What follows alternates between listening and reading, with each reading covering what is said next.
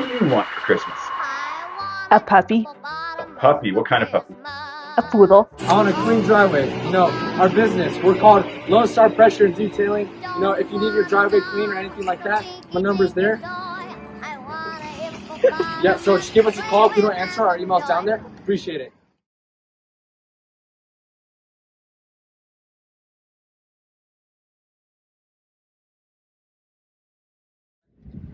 Oh my goodness! Come to the blood drive on Friday, December 8th. If you're above 16, you can donate blood, and if you're 16, you can donate blood with a parent consent form. To get this form, you can email Madeline Ye or check out the website. Hey, yo, Lauren, what did the yoke say when he needed help in class? What is it? He said, "Can you give me an explanation?"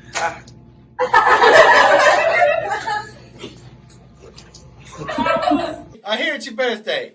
Happy birthday to you. Happy birthday. Happy birthday to you. Happy birthday. Happy birthday. Happy birthday. Happy birthday to you.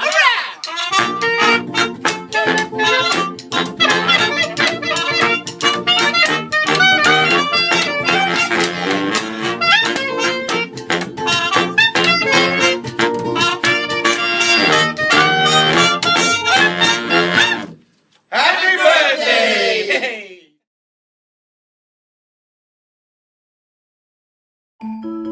On the 24th of December every year, children around the world put out milk and cookies in the hopes of luring a magic fat man into their home who will leave presents behind before sneaking into the house next door. How did such an odd tradition begin? You can pretty much blame Northern Europe, where the winter weather is cold and dark and depressing, and the coldest and darkest and depressingest day is the solstice on December 21st or 22nd, when the sun only gives a few weak hours of light, if any at all.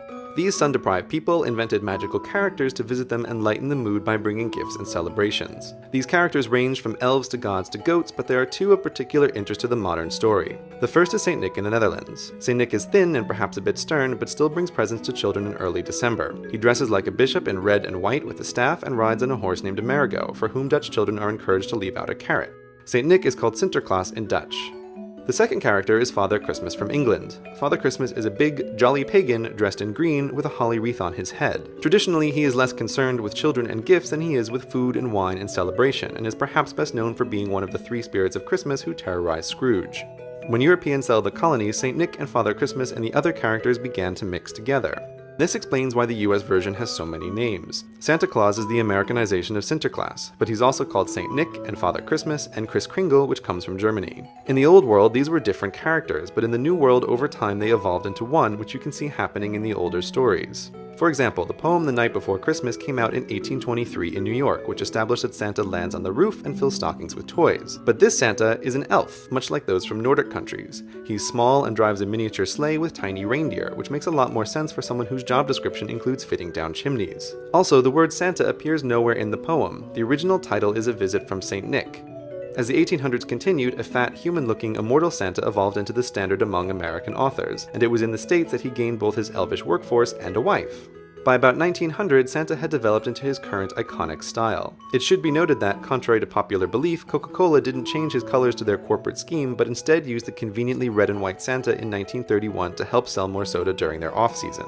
Though Coke didn't create him, their omnipresent ads probably did brand this as the one true Santa in the minds of millions, helping spread him around the world to many cultures with no traditions of winter gift-givers. This American Santa in turn influenced his relations in Northern Europe to become more like him, although not always to the pleasure of the locals. In particular, the British Father Christmas has been completely assimilated into the Santa collective, to the point where many Britons don't realize they were ever separate. In the Netherlands, however, Saint Nick is still successfully holding his own as a distinct character. The one last detail about modern Santa that's still up for debate, at least between countries, is exactly where he lives. In the late 1800s, his home was the magnetic North Pole, centered under the Aurora Borealis. While this would be the most diplomatic option for Santa, magnetic North has since moved off the polar ice sheet and into the ocean, a rather inconvenient place to set up a toy factory. So Canada claims his workshop is somewhere in Nunavut and has given Santa a postcode and, no joke, official Canadian citizenship. The American response is that the North Pole doesn't refer to the obviously inhospitable sheet of non-domestic ice, but rather to the little town of North Pole, Alaska. Denmark claims he lives in their former colony of Greenland, and Greenland not surprisingly agrees. The Nordic countries quarrel about his exact location, but Finland is the clear winner of this argument with his workshop in Rovaniemi on the Arctic Circle. For the evidence inclined, you can actually go visit Santa and see the elves, toys, reindeer, and post office, which makes Finland's claim pretty strong. Santa is even available during the off-season.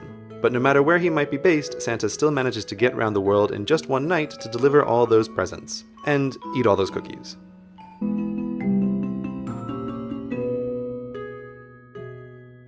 Now, make it a great day or a fantastic day. The choice is yours. At the Village School, we are creating our own stories every day.